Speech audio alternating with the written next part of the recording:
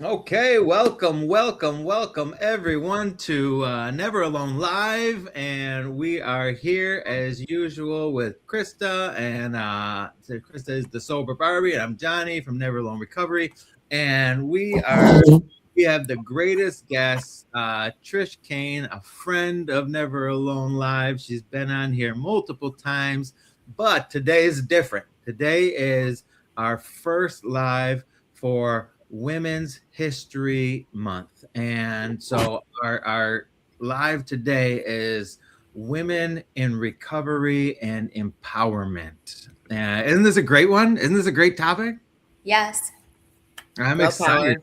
power. Mm-hmm. Girl power. I'm all about the girl power. Yes, let's Yeah. go. Girl power. So, Yeah. girl power. Yeah. And um, okay, so what I did is I looked up the what is empowerment, right? And just a quick Google definition: authority or power given to someone to do something. Um, but I really like this description. Listen to this. Listen to this. Are you ready? Empowerment, the process of becoming stronger and more competent, especially in controlling one's life and claiming one's rights. Oh, is that so good? Love that. That is That, Claiming good. one's rights. that's Mm. so good, right? So here we are. We're talking about empowerment. Trish, so great to have you. Let's talk. Let's introduce people who've never met you before. And I got a bunch of questions for you about this topic. But let's talk about who is Trish. Hi. For those that have never met me and never seen my face, I am Trish Kane. I am in recovery. My recovery date is November 17th, 2014. So a little bit over 11.25 years. And basically, I tried to get sober for probably about 4 years prior to the grand finale, as I call it. And I struggled with staying stopped, even though I had a lie that my brain was playing in my head that told me I could stop when I wanted to, but just not yet, you know? And I wound up actually dying and didn't think that was going to happen to me, but that was not a good day before the dying part. That day lasted from Friday night to Sunday. I know Saturday night until Monday, and it wasn't a good time. Uh, 2 strokes, 9-day coma. Went to the other side through the tunnel. Had to learn how to walk, talk, think, everything again. Had a real lot of ailments from the strokes and the OD that I experienced. And I love this topic because today I'm the founder of a platform and a community and a movement called Healerverse that helps people to heal spiritually and holistically, which is the 11th step in any 12-step program and the often forgot one. Yeah. That dude, so the fact that you have found recovery after, a very traumatic experience and have taken off since, and being a business owner, and I dote on Trish a lot, I know, but she's a business owner. She just got back from India, where she spent her birthday and travels the world by herself, and is on boards of companies and does conference panels and all this other stuff. So she is, the when we talk about empowerment, right, and I'm gonna read this one more time. The process of becoming stronger and more confident, especially in controlling one's life and claiming one's rights. We have the right now to Oh, to yeah. to become bigger and better people. And now with women in recovery, this is the story that I hope that they all hear and say, I can do that too. And we got a bunch of our friends in the comments, and we're asking the comment, what do women in recovery struggle with? So we're going to read some of those as we go along.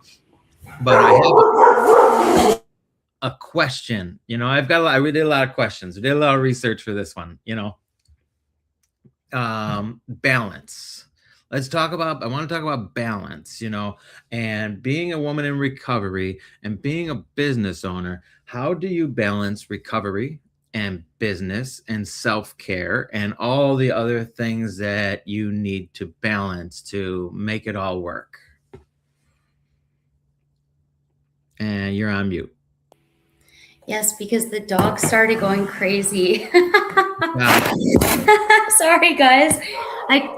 I changed rooms, but some idiot is knocking on the door. So right now I need to also balance serenity because like I didn't want anyone to knock on the door or bother me during this.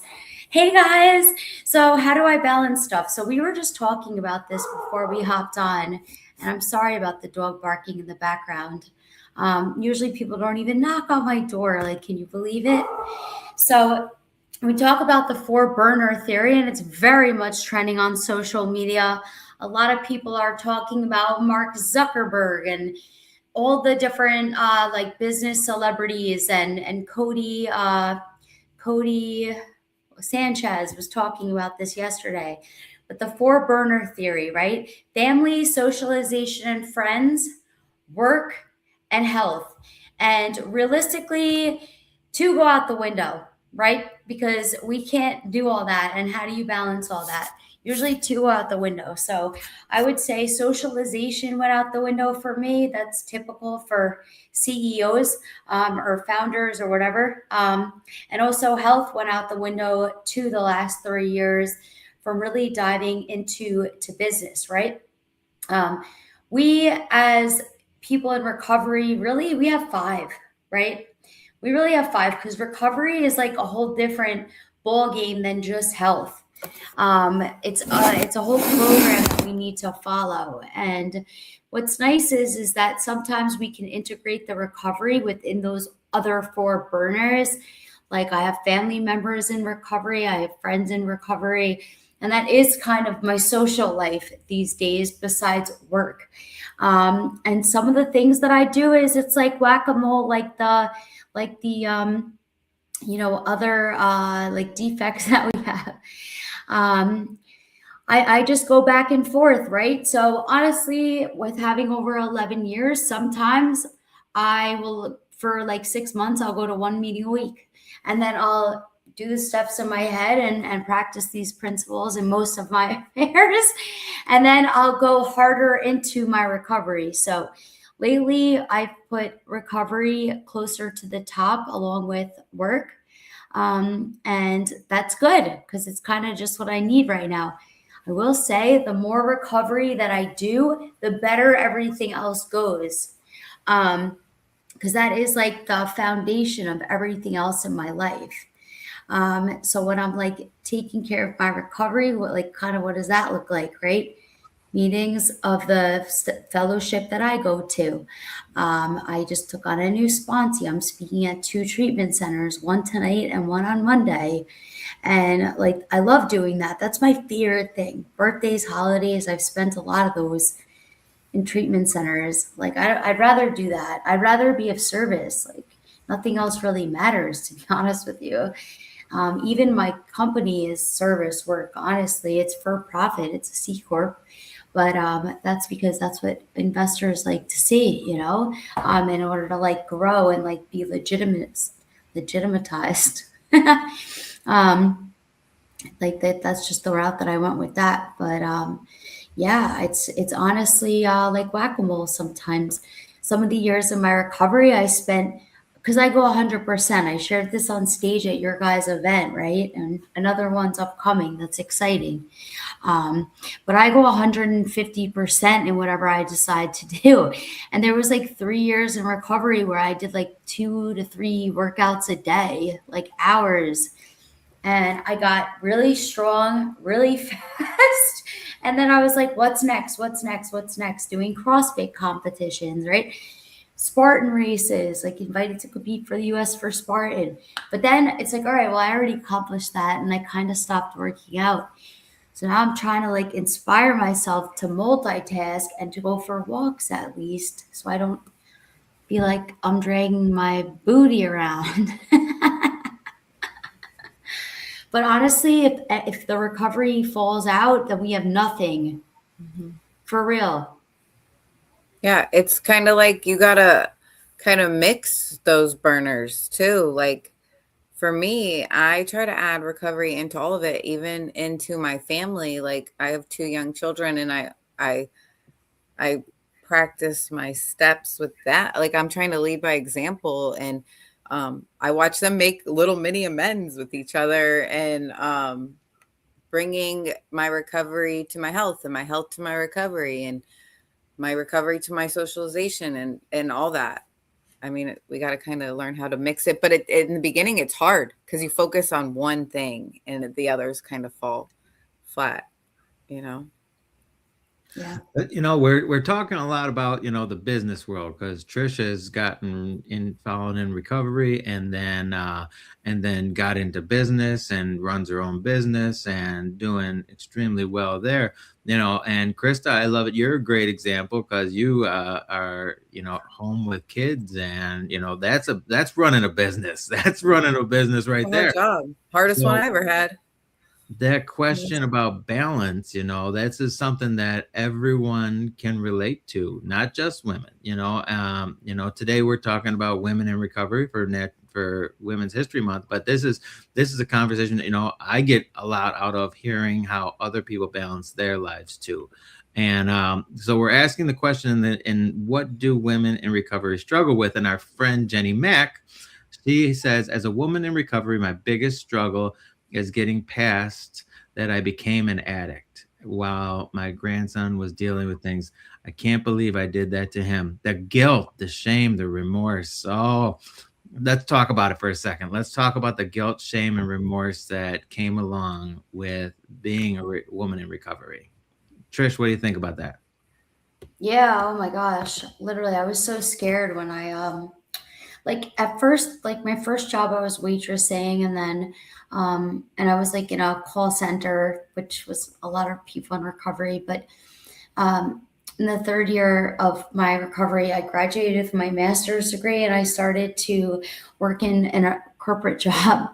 And honestly, I would hide in the conference room, like crying. And I would text my friend, and she would come. She's like, "It's okay." She knew I didn't even have to say anything. She was my halfway house roommate. Um, that got me this like big position, and I did her resume. It's so funny, but I was like so full of guilt and shame and fear. Like, what if they find out who I am? That's very much transition to like old lady. I've been sharing about this lately, exactly like this old lady in the nursing home that doesn't care anymore. I do not promote the 12-step program that I'm in. That's private. You know what I mean? And anything else I do, but I don't care if I say in public, hey, like I was a cocaine addict or like I literally am an alcoholic. Like I don't drink, because honestly, I think it helps more people than it hurts people.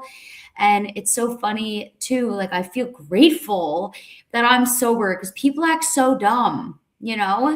And I'm like, damn, thank God, like I'm sober. Because even like my temper's gone. I mean, I didn't know how to show up to doing anything, for goodness sakes. I wanted to so badly, and my morals and values were like, they weren't in alignment with what I was doing. And that's a really bad place to be, you know? Now, like I've worked through so much of that. I've healed the heck out of myself, but it takes time. So it's like, hang in there, like it's going to get better. Time takes time. It's healing. You have to heal. Doing the steps or something alike is great, and then you have to heal the heck out of yourself, and dip your toe in maybe, and then go home. Dip your toe in a little further, and then go home. And get that community around you, and all of a sudden you'll start to feel like you can go anywhere. Like I was in Dubai, not India, but India hopefully soon. That would be awesome. Yeah, for like 8 days, and it's awesome. I could go anywhere. And then today too, one of the things is that I like talking about the past topic, but I'll go in my room, and I don't care if people are texting me, Trish, what are you doing? I need time to myself sometimes to regroup, so I could show up like a beast, and like the happy, joyous soul that I am. Yeah. I love that. I love that. What about you, Krista? The The guilt, the shame, the remorse, being a woman in recovery. I don't think I had it before I got in recovery the worst. Like like the guilt, the shame, like people telling me I had a problem. And like, I don't have a problem. I'm just trying to be just like you. But I did have a problem. And I think when I was accepted in the fellowship and like was around people that understood me and loved me for hearing about like my worst moments and stuff, I finally felt like understood and loved. Like these people love me more than my own family. And my family still has a hard time like accepting me for who I am. And out here talking about like the stuff I've done. But I feel like a lot of people miss the point of the healing part. You know, we're constantly healing. And I, as a woman, I think you feel like you're supposed to like do all the right things, get married, then have babies, and you know, and do like the thing, the picture perfect woman and how they're supposed to go. And I did it all backwards. And so there is like a little like shame in that, but I own it now. And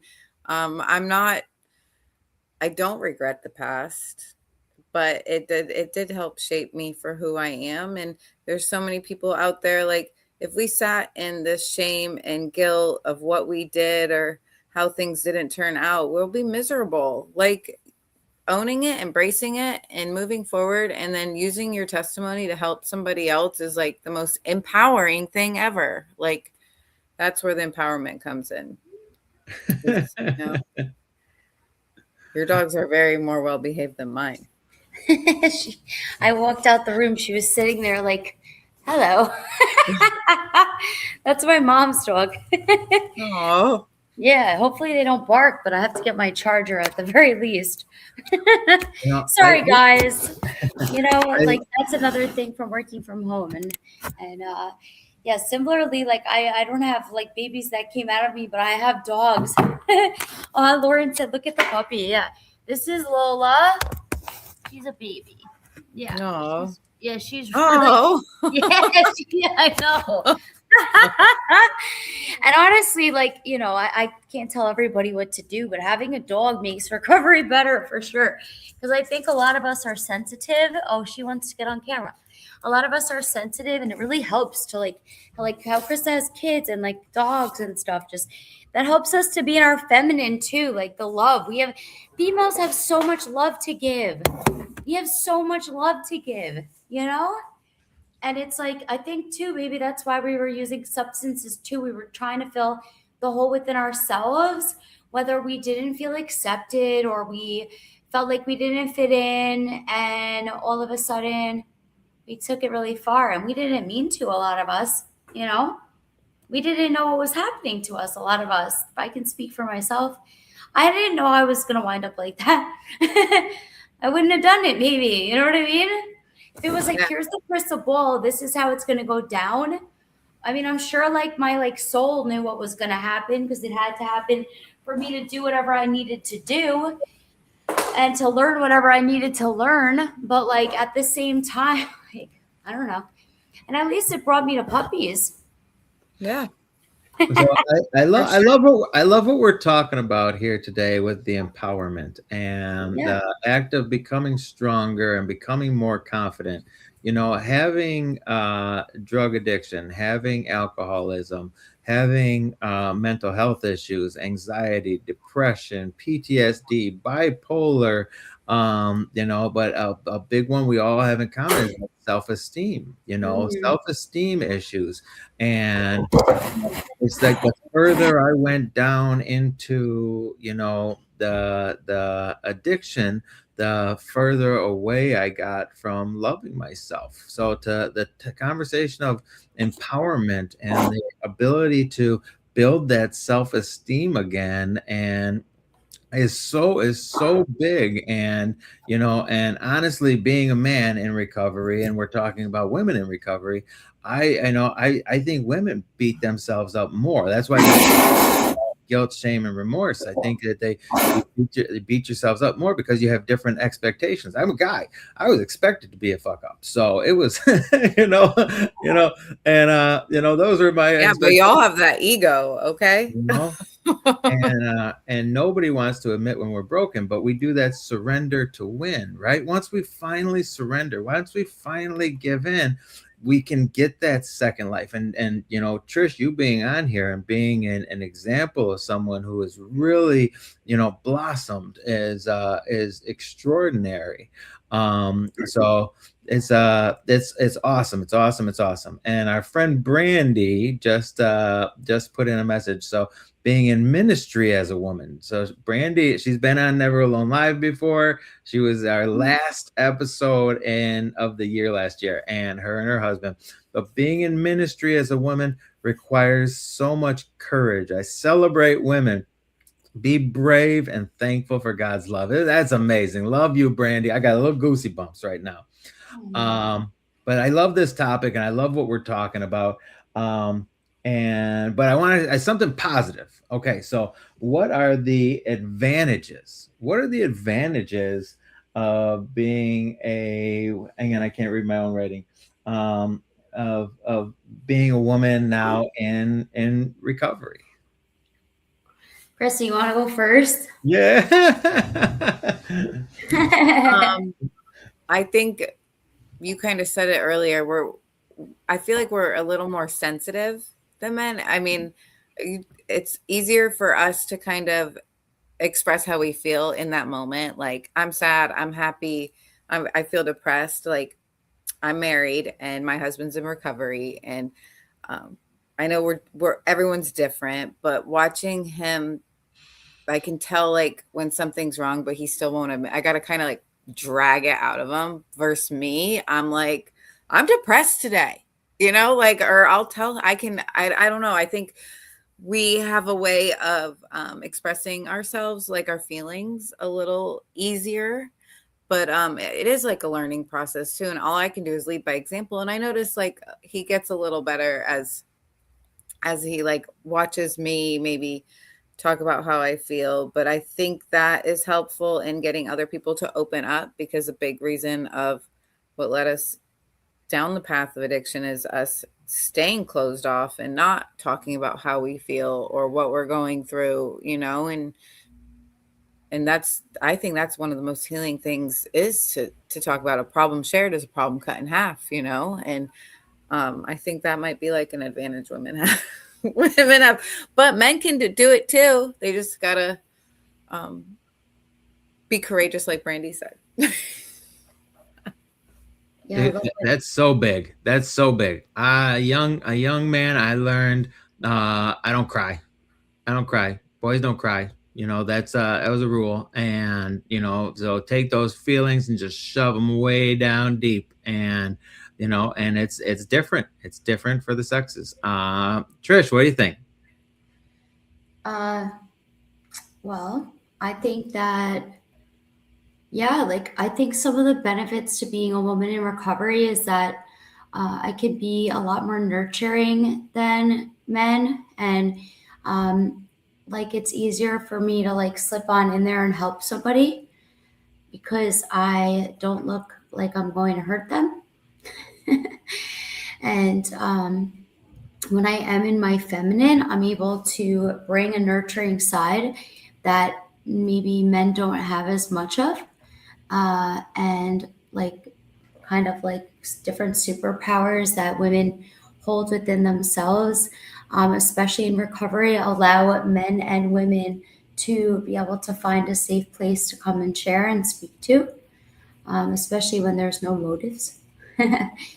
I've been a sister to a lot of men in recovery and also to women, and I don't do things the same way as everybody else. I don't think we're supposed to. There's not really a rule book or a guidebook, but there's books in different programs. That's not what I mean. I mean of how to act in real life. There's not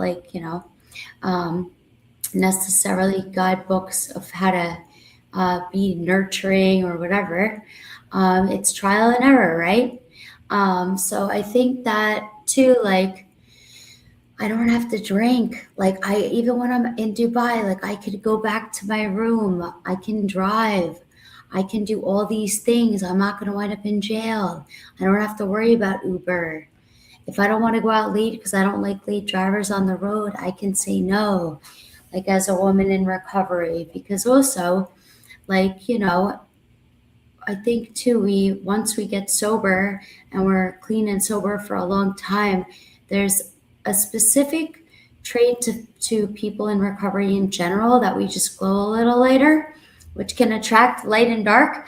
And then we have to protect ourselves like in a beautiful way. And all of a sudden we have these boundaries and we get to choose who we're going to help too. Just because somebody says they want help doesn't mean it's our responsibility. Um, and even because we were nurturing towards somebody yesterday or a year ago, doesn't mean that we're their person now. We can suggest that they go talk to somebody else, like any exes or something.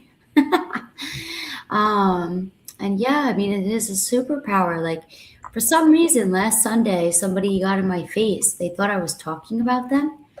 And it was wild. Like, and because I'm a woman in recovery, I didn't swing.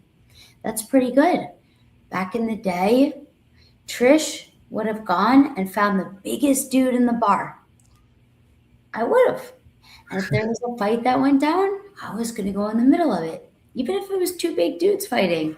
That doesn't make sense. Like, sanity has returned, right? And that was a little bit of a tangent, but I think that's kind of where I'm at too recently.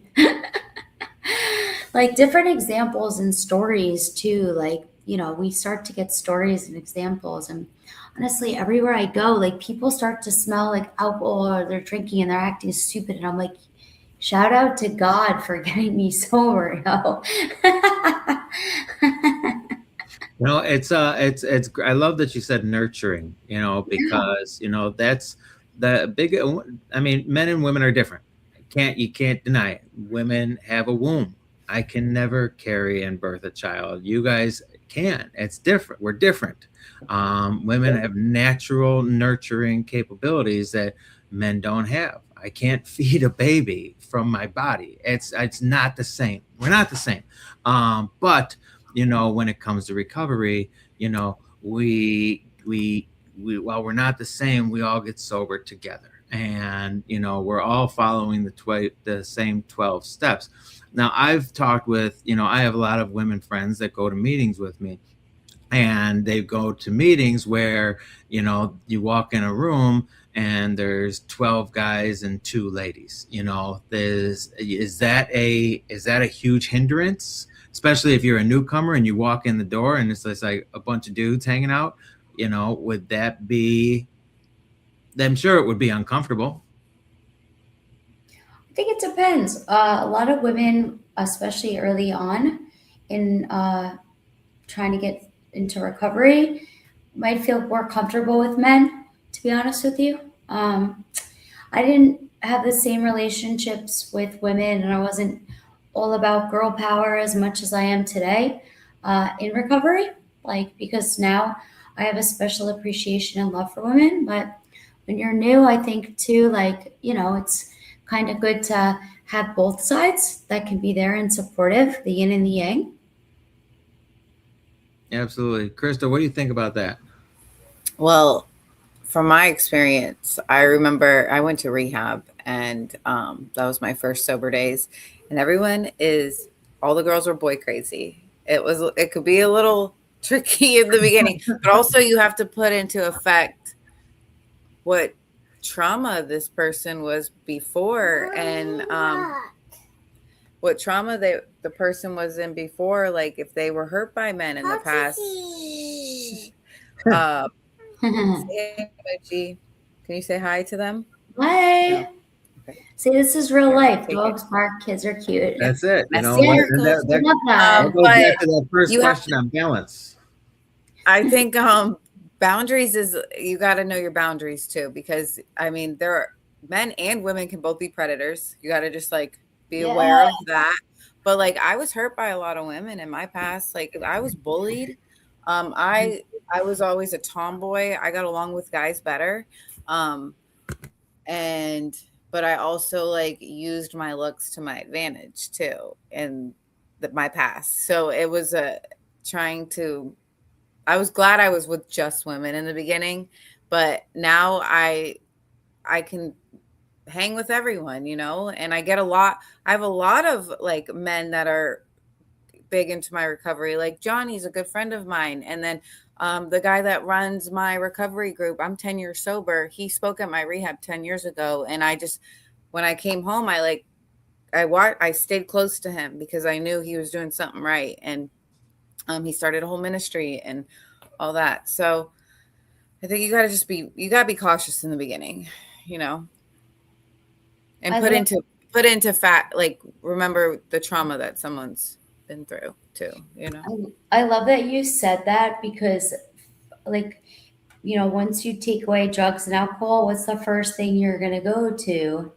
It's either relationships of like sexual nature or binge eating or not eating. I think those are like the top three from my experience. And all those usually take you out. Like, you know what I mean? Yeah. Maybe not the food as much. Maybe because if it's an eating disorder, that goes back to the drinking and the drugs. But yeah, like my go-to at first was men. That was my go-to at first. It's my comfort zone. Well, And love is a drug too, I think. 100%. It's a dangerous one. It can be. Yeah, because it's like that adrenaline, that high, that like, you know what I mean? It's like, so it makes complete sense. And seeing like how many people have gone out because of that too, and like just how when we get sick, like we don't have the rationalization that we typically do when we are spiritually fit, or sometimes things just happen too. But I think the go-to is relationships for most people. It doesn't matter if they're in a relationship or not. It's usually like the sickest people in there, Yeah. But okay, so first off, I have there's another difference, between us. I have never been able to use my looks to get anything. But you guys don't even know. Trish, if I had hair and if it was like Fabio, I'd be unstoppable. You better watch out. But this is amazing. And I think so that kind of brings us to my next question. And I'm gonna read Lauren's comment. Lauren is a friend of ours from the Tiki Taki. You met Lauren in South Carolina. Being a woman in recovery, able to share experiences so that we can help other women out of the trenches of addiction. We can empathize with the men and help bring out their emotions and share. That's big. We get sober together. But I think, when it comes to experience, strength, and hope, and dealing with past traumas and dealing with this and dealing with that, I know there's a bunch of women's meetings around here, and I know that Never Alone hosts a women's meeting on Sunday nights that Krista chairs, and it's nothing but good things that we've heard from it. But I want to talk about the unity, and that was our topic this morning on the Tiki Taki, and the meeting was all about unity. How do we keep the unity for future women in recovery? Ooh, that was a good one, right?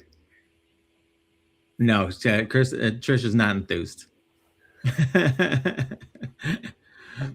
What do you think, Krista?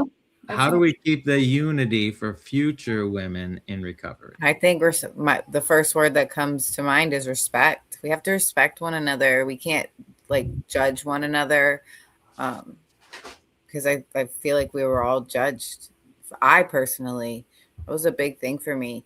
I'm still trying to heal from the judgment from my family, from my community. I'm never being taken seriously.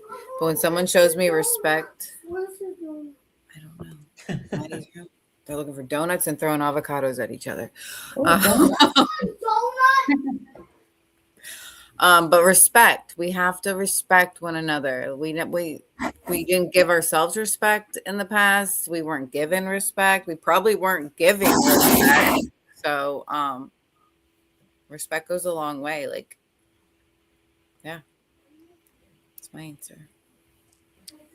John, it's not that I don't love that question. That's just deep. You know what I mean? And that's like probably the most important question anybody could ever propose. Because, like, if there's no more solution, then what the heck? You know what I mean? We were blessed with such a big gift.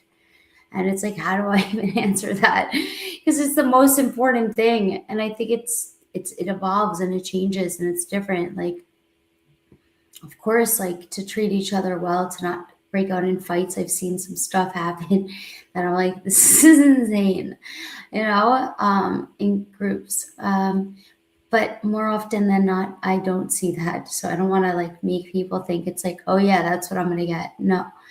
But yeah, I think it's just important too. A lot of us forget, like there's all the 12-step programs have traditions. And they are all around unity, even though the first one talks about unity. And then, basically coming together to help people is so important. And oftentimes, if we go into a room, this is something that I think we all screw up on. And this is not a call out session, but it's like when we go into the room, we go straight to our friend instead of the girl we've never seen before. And then maybe we're talking to our friends after instead of what about that new person? We forget, but like that should be the person that we go to. You know what I mean? And continuing on to create different opportunities for people to find solutions because the solutions are not one size fits all. We have like suggestions, and all we have is our own experience. My experience has been like different things, and it's kind of what it was in the beginning right now. But also it evolves and changes depending on where I'm living, where I'm at in life, where's my mental health, where's my spiritual health, where's my physical health, like that four burner approach that you spoke about in the beginning. Sometimes like I didn't really do as much recovery and I was doing more like work and stuff and outside stuff. And then, like once a week and that was it. And is that holding on by a thread? Maybe maybe not that I'm going to go drinking, but that, like basically that my priorities aren't what they're the best for me. Also, like one of the things that I appreciate about this question is one of the things that I struggle with is that I wind up spending a lot of time by myself, and that's not a good place for me to be. But I think that if I didn't spend so much time by myself, I wouldn't have realized that I needed people around me. And the last like month particularly, I've made it like very important that I stay around people. I had a friend stay here for 2 weeks. One of those weeks I went to Dubai, and that kind of made me realize I need to be around people. And being with you guys in Charleston was right before that, And then I had a friend here from Orlando last night that's one of the Healerverse practitioners. And I'm like, what's everybody doing? Like, I used to not like leave the house for like 3 years when I was building the company, But I didn't realize that until like you go back in, you don't realize how far out you are and how much it sucks. From my experience, I need you guys, too. We all need each other.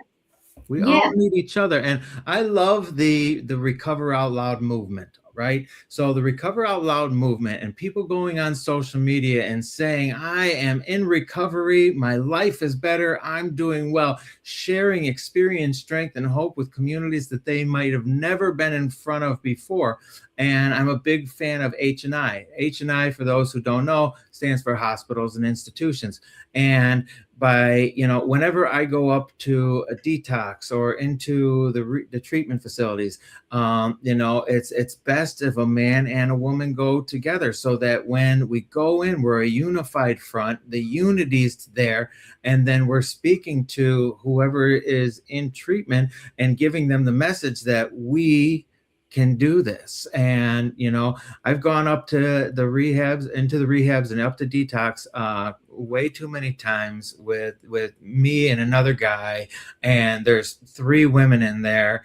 And, it's we're speaking the same language. It's unisex, but at the same time, one woman talking to another woman just hits different. It's the way it is. And so as far as this question goes, and I shouldn't be answering because I am a guy, but I'm going to anyway. And but keeping the unity, keeping the message on the forefront and getting out and saying it and giving that experience, strength, and hope is so important. And you guys do it so well. And we all just should be emulating one another, finding the good points in someone else, and then trying to put that into our own life. So I think you guys answered these questions great. I've got a couple more. You ready? I'm happy that you answered that, John, real quick, because no, it is good for you to speak as well. We were talking about it beforehand, how important men are and how we celebrate men too, Yeah. Big time. We love you guys. You guys are our brothers. Yeah, they were joking that the men get 11 months and we only get 1. I'm doing H&I tonight. I'm so excited. At a detox and also a mental health facility. I would have loved to hear your story in recovery. Like, what? Oh my God. It's different every time because it's like when you're in recovery for so long and like over 11 years is a long time. It is. It's fucking amazing. This is so cool. Yeah. Like I literally, I'm telling you, I feel like the old lady in the nursing home. I'm like, I don't care anymore. Yeah. Here I am. Well, and early in recovery too, yeah. I felt like my story was kind of short. And now that I tell it, I'm 10 years sober. There's so much that has happened and evolved in my recovery as well. And then other stuff that's coming back to me. Yeah, too, what do we have, like 45 years combined right here? Yeah. Holy Toledo. We're not even old. Nope. We're trying to say we're an old timer. I'm not an old timer. It's strange because we all have so much blonde hair. You guys have the blonde hair on your heads. I've got all this blonde in my beard now. That's what I'm going with. This is blonde, not gray. But okay, so I have questions. What do women in recovery need as opposed to men? What are the differences? What are different needs that women have to attain recovery over men? I know that's a tough one. More tissues. More tissues. I'm just kidding. No, guys are crybabies too. But that's a good question. And what is there a difference? Do we not? I mean, we all do the steps. We all do the steps the same. They're written in a way to where they're, we can all just go through them. And like a fourth step, what's the difference with a man doing a fourth step and a woman doing a fourth step? We all write our resentments, our fears, our sexual misconduct, and our harms. And then we tell these to a sponsor, whether you're working a program or not working a program, whether you're an NA, AA, CA, CR, whatever, is there any difference in your guys' opinion? I don't think in my opinion, but I did notice something because my husband and I did our steps this last time, like side by side, and women take longer time to express how they feel. They take their time, and men are short and they just get straight to the point. And I think like time, women need an extra hour. But there are some talkative men out there. I mean, but that's what I noticed between us. But like, I think we're the same. It's the same. I mean, we're all equal, I think, and all that. And we all have the same hurt. We have basically the same hurts, and we're healing kind of the same in a way. I don't know. Interesting. What do you think, Trish? Is there any difference? I think women need women and men need men, honestly. Yeah, there's something really special about that. Hi, Jolene. In the comments. Hi, babe. I think women need women and men need men. Not that we don't need each other, but man, when I walk, because sometimes I forget so much of my life is co-ed, and like I'll walk into a room that's all women and it feels so different. Mm-hmm. And I'm like, oh, it feels so good. You know, it's like there's something so good about it. Because a lot of times too, it allows us to take the shield off, you know, and to like be in our feminine. I Yeah. love that. I love when the room is all women. It's like different. We get to show up differently. That's what the women say after our women's meeting every week. There's just a different vibe, and because it's just all women, and I think the men feel that way with the new men's meeting we got. That's what I was actually just going to bring that up, because we just started a men's meeting, and it's on Thursday nights at 6 o'clock Central, and it's on Zoom, and it just, the guys with the guys, it just hits different. I can't explain why, and maybe it's because we can share our feelings and emotions, and it kind of strips the ego away because we're not performing for the other sex. And I'm assuming it's the same with the women's meetings, is that, you know, you can just share a little more openly. You can do things a little more different, because it's a unified front. And we do the women's meeting on Sunday and the men's meeting on Thursday. And then we have the meetings that are all together, that are just, I mean, it's all phenomenal, but I think it just hits different. Yeah. It's softer in the women's, like when it's just women, which I really love because I'm not used to that at all anywhere in life. So like when I walk in and it's all women, like assuming the women are like doing the work on themselves and stuff, but it's nurturing, it's soft, it's more peaceful. It actually allows me to take my like very masculine at times personality and tone it down. Yeah. I don't have to like, you know what I mean, go to York and like, or business or like whatever like that I do or whatever. And even like the healer community is like very feminine feeling. It's nurturing, healing, soft, like, and just enlightened. And it is the age of femininity. Like it's the age of Aquarius on the spiritual side of things. And even though Aquarius technically, some people say it's masculine, some people say it's feminine, it's like the age of a lot of people are starting to heal. And to even be able to have this conversation on social media, what we're doing right now, that's very feminine because of this stuff, similarly to what John shared, you know, his like basically growing up. I hope it's okay that I say this, but you said it, the way that you grew up, or like not saying that it's your household either, but the beliefs that you had to be a certain way, no crying, you're a man, da da da. And I'm like, yeah, it's like, it's really cool that we even get to do this and that John's here. Mm-hmm. I like being, thanks for inviting me.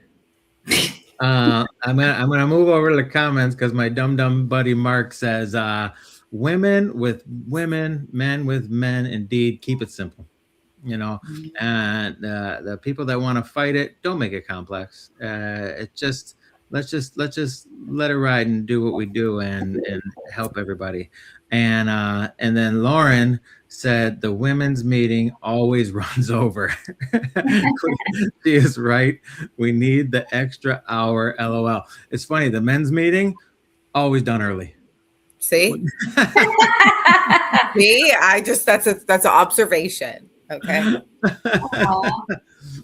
And this has been phenomenal. This has been awesome. What are my other the other questions that I have? And this, you know what? This is gonna, I want to bring it back to business for a second, Trish, if you don't mind. Pleasure. What are the challenges? You know, what are the challenges of being, you know, modern day? I mean, back in the 50s and 60s, it was a totally different ballgame. But yeah. What are the hindrances of being a woman in business now? You know, having 10 years sober, having, you know, changed and grown and all this stuff. What are still your hindrances? Being in recovery, you mean? Yeah, so being in recovery, being in business, yeah. You know what I mean, because that's, you know, because we get into recovery, right? Yeah. And then we get to having a life. Yeah. We have a life and we get to move on. And some people get into business, they get jobs, they get this, they get that. Now I just, you know, since we're talking women empowerment, you know, And I want to talk about your business life, your business career, how it's been in modern day, being a woman in business. Easy question. So, thank you. Yeah, thank you for asking that. So, I would say that there is none. I am so much happier being sober at this point. Like, honestly, I'm not missing out on anything. The only thing that sometimes sucks that I'm not saying this could be nice because of the consequences, but people get to drink and wake up. Sometimes I'm tired and I don't want to go because I'm like I feel like I'm gonna drink, get there when I drink, and can't really drink caffeine after a certain hour anymore. You know what I mean? Because then like it gives me anxiety. So like besides that, honestly, damn, like I'm happy to be sober. There's nothing like that I want to do that involves drinking. I can still go everywhere. And honestly, sometimes I leave because I have way more love and respect for myself now than I've ever had, even 2 weeks ago. You know what I mean? Because I'm always growing and healing and evolving. And I don't want to be around nonsense. Like, I don't have time for it. I really don't. And it's not intolerance, it's just self love, self preservation. And I am badass, and I have a certain level of like respect that I demand these days from everyone, from men, women, but even men with the drinking and stuff at these events and how stupid they act and how delusional they are. Like, it's God bless you guys. This is coming from a loving place, but I'm going to tell you to come correct or don't come at all, and that's it though. And then we move on, We're brothers and sisters. Treat me accordingly. Because you're drunk, you think you can get with me. Why would a girl like me want to be with you drunk? Why? Like, you know what I mean? You're out of your mind. Out of your mind. I'm correct. We need to record that and put that everywhere. I love that. Megan, make that a meme. Make that a meme. Like, why would a girl like me with 11 years sober want to be with some idiot that drinks all the time? Why would I want that? Never. And there's so much power with having a clear mind. Hell yeah. Like, why would you not want to be clear-headed? Yeah, I already someone's drunk, like they're just, it's so jumbled up. They don't know what they're doing. They can't control their anything. Yeah. And I don't say that with ego either. It's like I damn near deserve that after I'm 41. I started very young in business, very, very young. And I had to put up with a lot. At like 19 or whatever when I started in New York. I'm 41. Can you imagine all the stuff I've had to deal with? At this point, I'm just like, yo, no. No. Maybe you would have had a shot when I was drinking, but I'm not. Like, it's so cool. It's honestly, it's empowering to even say that out loud. Yeah. And to also give women the motivation to, it's not like a negative thing. It's cool. Like, self-respect is cool. Yeah.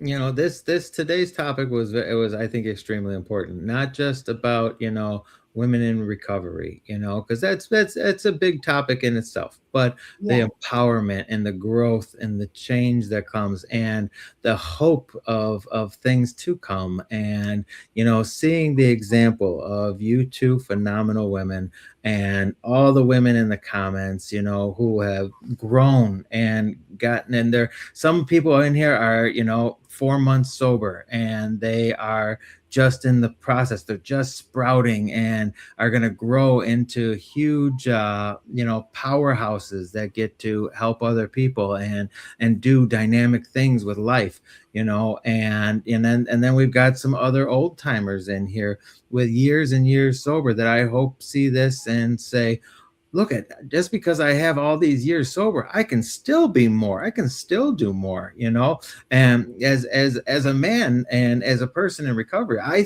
mean, I make new goals and things for myself all the time, and today I get to accomplish those goals, right? Because, we've all gotten to be empowered because of recovery. Bless you. Oh, excuse me. Once I take the glasses off, you never know what's going to happen. Look at, I'm like incognito now. Krista didn't even know who I am. I always have my glasses on, and it's the Jolene best said it's because you've seen enough for today. because once Mark gets in the comments, I don't need to read anymore. No, I love the support that's happening in the comments right now too. It's amazing. It's really beautiful. It really is. Yeah. Yeah. It's all the love. It's all it's everything, you know. And we just go out and we love one another. And I really like the fact that you guys both said the word respect. Because we go out, we love each other, we respect each other. We all are sick people trying to heal together. And you know, if we get through it, and you know what? It's funny because I know Trish, I know her story. I know that she got into the stock market at a very early age, which was predominantly a boys' club. And you know, and I was going to ask for a bunch of stories on that, but we're going to save that for another time. And we're going to keep this real positive. And you know, this has just been great. This has been a great live stream. Yeah. Do you guys have any afterthoughts or comments that you'd like to say to everybody that's going to watch this? Nope. I tried to mute for a second because they just came back in from outside. But I think also another thing is we have respect for ourselves. And that was a thing I didn't have before recovery. And it's huge. And I am grateful that you brought Trish along today. And girl power. Girl power. But we couldn't do it without the boys either. So we are all equal at the end of the day. And we need each other we all need each other in this recovery world and community. And I'm grateful for it. You know, our friend Carly is in the comments right now, who's a recovery ally. Our friends from Recover Out Loud, who they do those hoodies and stuff like that. You met them in Charleston. They've got a new Recovery Out Loud ally platform, and I don't know why this just kind of jumped in my head, but you know, the founders of AA, Bill Wilson and Dr. Bob Smith. They did a lot of work to get AA going, but they would not have been anywhere without Ann Smith, that's Dr. Bob's wife, and Lois Wilson, who was Bill W.'s wife. And you know, Bob and Bill were the drunks that got together, but it was Ann and Lois that pushed and really got this thing going and made it what it is. And so, you know, women in recovery empowerment. It's you know, I'm so grateful you guys are here today. Grateful for all the people in the comments. Brian, do you see Brian in there, Krista? That's Buster McFly. Oh, Buster! He's making comments, and it's like if I'd have known it was Buster, we'd have been reading all of those. Thank you. Know his first name, but we do now. Thank you for being here. You guys, this has been so awesome. Next week, we've got a big group of crazies that are going to be on here. Amazing. It's going to be awesome. And also, like every Friday, we do a round table on Healerverse, and we feature one of the practitioners. So if you're interested in learning about spiritual and holistic healing, and we're going to be doing a lot with recovery this year too, helping people with like, you know, step 11, but also like health and mind, body, and spirit overall. That's not agnostic to any 12-step program, but can also include that. Come join us. The website's 5dhealerverse.com. Megan, can you make sure you put 5dhealerverse.com in the comments? I wasn't going live on the Healerverse channel accidentally instead of my channel. That's okay. We make friends all over the place. It's good. Yeah. We make friends all over the place. Well, thank you guys for being here. And thank everyone in the comments. We love you guys. And we're just grateful. Thanks for the conversation. And we'll see you guys next week. I loved this reunion. We'll see you guys next week. Love you guys. Woo.